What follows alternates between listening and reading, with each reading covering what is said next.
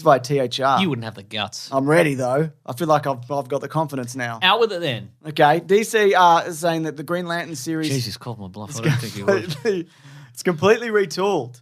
So it's got a new showrunner and writer because Seth Grahame-Smith has left the series after finishing the scripts for all 8 episodes of the first season they were going to do. That one was going to focus on Alan Scott and Guy Gardner.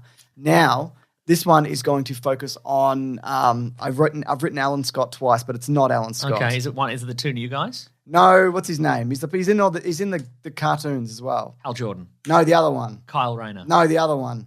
John Stewart. Oh, okay, sure. Yeah. Right. I was like, is it John Stewart? Because there's John Stewart, like the TV guy. But Right, is it yes, that's yeah, right. so that's due to his popularity.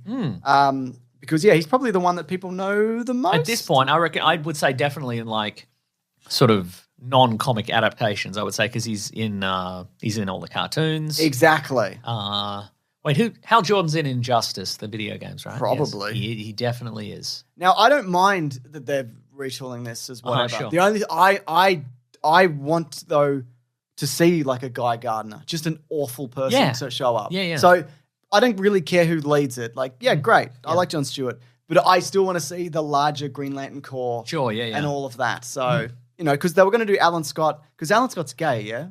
Yes. And so I think the initial idea was you got the original Green Lantern. And then he's clashing with the Guy Gardner Green Lantern because, Guy Gardner's got the worst haircut and he's the worst. Okay, they cast this as everything, I'm pretty sure. Oh, do you think it's just going to be a bunch of catty comments about his haircut? Okay, great, terrific.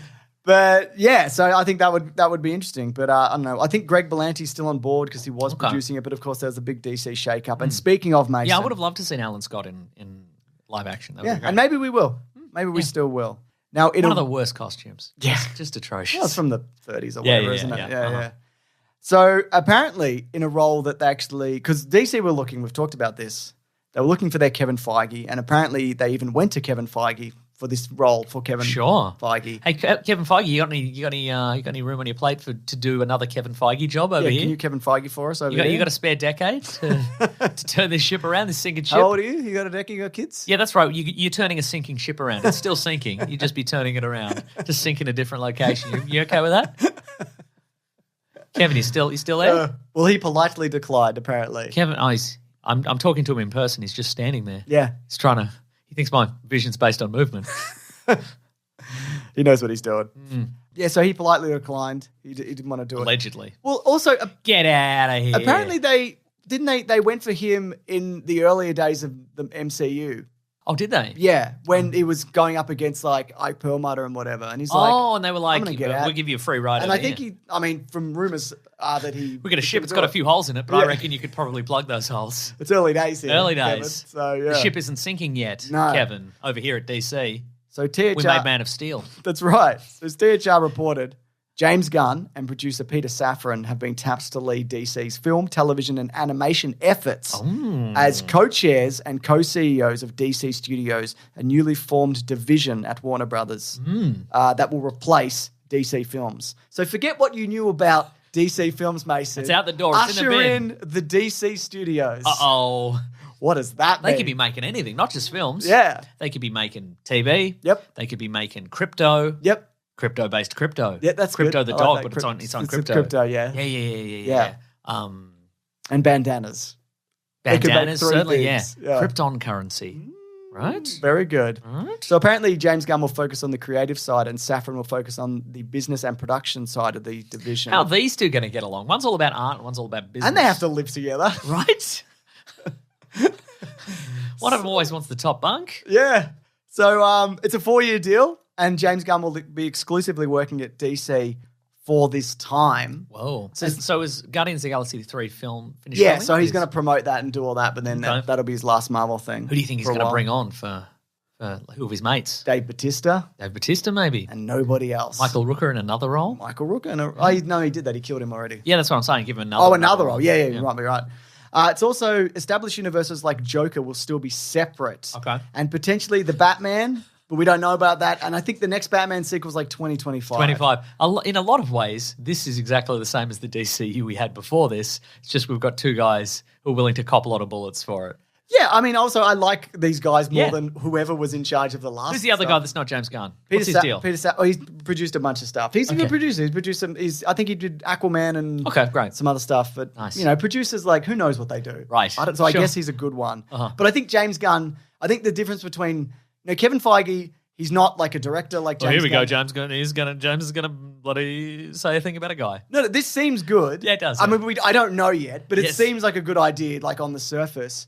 But I think the advantage of this is like Kevin Feige is like he's a bit creative and he knows his law. Who's a bit creative. No, but he's not a director. Is what Right. I'm saying. Like he's good. Okay, His ideas clearly work, yeah, and he yeah, knows yeah. what fans want to see, Yeah. and he can interconnect stuff. But he doesn't write and he doesn't direct. He true. like oversees. Whereas James Gunn does those things, and I think in addition to that, having another guy who can do all the producery stuff, whatever Yeah. they do, I think that seems like it could be a good balance. That's true. But also, not everybody I think likes James Gunn's aesthetic necessarily. But I think James Gunn is smart enough not to James Gunn everything. Like he's not directing every movie. He is going to still direct and write.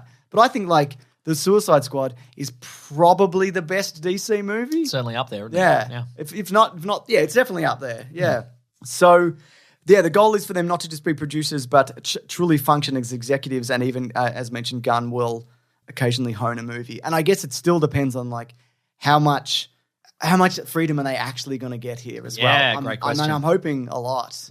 But it's also wild that he got fired, which 3-4 years ago, which is now from led Marvel, from to Disney. this. Yeah. Rehired, and then in that he did the Suicide Squad and whatever. So there you go. You're happy with any of this news, Mason? I'm happy with all that news. Jiminy Christmas. What's your expression again? Spooky Halloween. Yeah. Is that- Jiminy Christmas, spooky Halloween. What's going on here? You bloody kids. Oh, dog's here. So there you go. But that's not the only exciting bit of DC news, Mason. Isn't it? No. So Whoa. this is not an official announcement, but it was in a Warner Brothers memo. So you know it's legit. So this is a leaked memo. Yes. So what we did know unofficially as the DCEU is now officially Yes. the DCU, Mason. Hell yeah. They've rebranded. Wow. So it took them It's actually now the DC Union. They're all on strike. good. I support them. Yeah. That's right. That's nearly 10 years of these movies in this universe, and they've Yeah. finally picked a name. Terrific. But it does, it begs the question, because Detective Comics, they call it DC Comics. Yes. But it's not Detective Comics Comics. So is this Detective Comics universe or the Detective Comics cinematic universe? Oh, that is a great question. Is this a recursive acronym? Yeah, 'cause I Does was- the D stand for DC. Yeah, because I was like, oh, what does that mean? And I was hunting around to like find it, and I don't know. Okay. So, because the MCU it's Marvel Cinematic Universe. Correct, It's yes. because it's Marvel just means Marvel. So Hell yeah. it ultimately doesn't mean anything. Uh-huh. I'm presuming it means just DC Cinematic Universe. I'm Maybe it assuming does, that's yeah. what it means, but I don't know. What does anything mean? Maybe it's going to be called the Detective Comics universe, and they're going back to basics. James Gunn's like, you don't understand how to do superheroes. We're going back. We're just going to be hard-boiled detective comics. Yeah. It's going to be a guy in a chair reading hard-boiled detective comics. Do you think they're going to change the intro? All those people we see with no faces. No, because they haven't used any of those characters yet. Some of them they have, Here's like- 100 DC characters, and we've used 5 of them. Well Hawkman's done. in there, I think. Yeah. And there's obviously ones like mainline ones like Superman and whatevs. Hmm. But yeah, I don't know. We'll see. You know what they should do? They should, every time they release a movie, they should show that intro and check off the characters they've used, and we can see what's left. I like that a lot, Mason. Pretty good, right? Yeah, I'm a big fan of that. Yeah. Mason, spookiest time of the year. It is the spookiest time of year. Just as an addendum, the guy, and he's in a chair and he's reading the Detective Comics stuff. Yeah. And he's just like, yeah, this is a good one. It's a bit of a yarn, isn't it? We don't actually hear any of them. He's reading silently. Okay. Who wrote this? Oh, yeah. Doesn't even say who it was. Looks Looks at the cover. No, I don't care for this guy. And he just moves goes a couple of pages. And we're enraptured. Yeah. We're like, oh my God, what didn't he like about that guy? What's he seen before? Because we remember from the previous ones, and he's like, I didn't like this one or this one. And you're like, which is he talking about? Pretty incredible, I think.